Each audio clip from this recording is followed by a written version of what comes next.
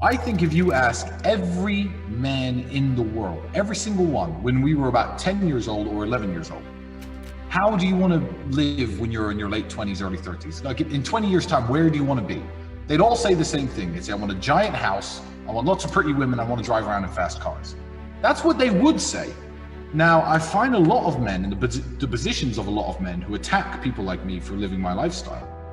I find their position wholly dishonest because they've had the dream that they did have as a young boy. Every single young boy had the exact same dream. They've had this dream beaten out of them by bad relationships, I don't know, lack of ambition, working their crappy job, getting fat, whatever it is they've done in their life that has shrunk the possibility of this dream happening for them. They then internalize that anger and they burst it out at people like me. I treat everybody from the waiter to my housekeepers, to my security with the absolute utmost respect. I'm loyal to the point where I will never ever stab a friend in the back, talk. I mean, that's just general the way I live my life. You know, I take very good care of my mother. I take very good care of my daughter. The journey is massively important because, you know, today we're in a bit of a up situation where a lot of people, from basic things like pumping cryptocurrency, can make too much money without learning any of the lessons of life. But some people basically get lucky. It's like winning the lottery. If you've bought some crypto coin and now you have like $100 million because you caught some crazy pump, I mean, yeah, cool. You had the foresight to buy that coin, but tens of thousands of other people put money into other coins that didn't blow up. It's essentially like a lottery win. And when I see young guys who are too wealthy at such a young age from doing something that took so little skill and so little hardship, I just know that they are not prepared to have that kind of money. Like, all right, you have millionaire, you are a millionaire, but you don't know what it takes to be a millionaire because you've never had to go through any struggle. And yeah, the journey is super important. The setbacks and the bad things that happen to you make you stronger, sharper, more intelligent. People don't develop any knowledge or culture if they run into money too fast. Yeah. So the question you need to ask yourself before you go into any of this is what are you doing this for? What are you doing this for? Are you doing it to make yourself happy? Because that's the way you should be living your life. You are number one, and you should be, living a life that you find fulfilling and you find enjoyable. I've lost everybody I needed to lose over the last 10 years. I've lost them all already. When I was on my way up, I lost all the people who, I needed to shake off anyway. All the friends who were hangers on, all the people who weren't really happy for me when I did well. So my friendship circle, my friendship group has always been very strong. And I always knew that the people who I could count on. So yeah, you got to be a good person, man, because it comes around. And if you're a bad person, that comes around too. Money doesn't change somebody; it reveals who they really are. That's one I've definitely found, and I could talk more about that. But there's loads of things I can say about my philosophy of life, because I haven't changed, poor or rich. I was broke as fuck, now I'm rich as fuck. I haven't changed 1%. I'm exactly the same person I've always been. I know people who ran into a little bit of money and became, and people are like, oh yeah, money changes people. No, it doesn't. He was always in. Or he just didn't have the platform or the balls or the ego to say what he really thought. I think it really depends on what kind of person you are. I think money is an accelerant. If you're a depressed, sad, person, I believe if you give a depressed, sad person $10 million, they're going to end up suicidal. And if you give a very happy, content, fulfilled person $10 million, they're going to be more happy, more content, and more fulfilled. I think it's an accelerator. So it really depends on where you are in life. When people say things like money doesn't buy happiness, I would say yes, it actually does if you know what to buy. Follow your passions, because if your passion is making money, good. When people say, oh, do what you're passionate about, follow your passion. No, I would say do what you're good at, do what you're competent at, but don't necessarily, do you think Aliko Dangote is Nigeria's richest man? He made his money in concrete. Do you think he gives a about concrete?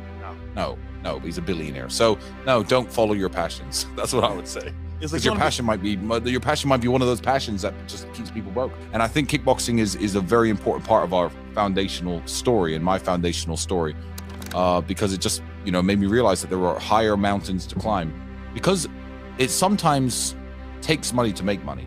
And with the millions of dollars that we had, we made some very smart investments and we started running other businesses.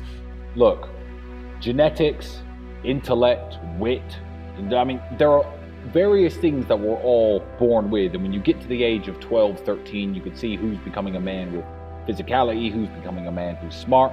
Yes, some people have further to go than other people. I know people who are genetically blessed, genetically blessed, guys who never ever train, and they've got iron six packs and big arms all the time, that guy obviously does not have to try as hard as the skinny little dork to be physically attractive to women. He has to try probably not very hard at all. Maybe he's 6'4", like me. But let me tell you something. Everybody can get there. If you're dumb, you can get smarter. If you are weak, you can get stronger. It's just some people are so far gone in terms of being a strong guy, they're 2 out of 10. Now, instead of realizing that they need to work in the gym 3 hours a day, every day for 5 years to be a physically imposing man, they think, oh, well, I haven't got the genetics, I give up. So yeah, you can actually turn a geek into a stud. How can I make money? How do I make a millionaire? What are the secrets to success? There is no secret to success. I have the secret to my success. And the secret to my success is different from the secret to everyone else's success. What I would say is, my financial advice that I give to everybody, including how I live today, is I did $10,000 in the club the other day. I spend half of my money like I'm going to live 50 more years, and half of my money like I'm going to live 50 more days. Because you know what? I might only live 50 more days. You don't know. No one knows. And life is very, very short. So I think if you put all your money in the bank, saving for a rainy day, you might just die with millions of dollars in the bank. Never ever having been that guy who, had a Ferrari or had a Lamborghini, even though you've had the money. And then no one's ever going to, then you didn't squeeze all the juice out of the lemon of life. And, a lot of people can do it. And, some rappers, etc., talk about, hit it and quit it, but they will never get the true enjoyment of male-female relationships. They'll never get it because they'll never have women who actually fall in love with them. If you want to go around treating people like shit, you're never going to have any friends. You're not going to have any girlfriends.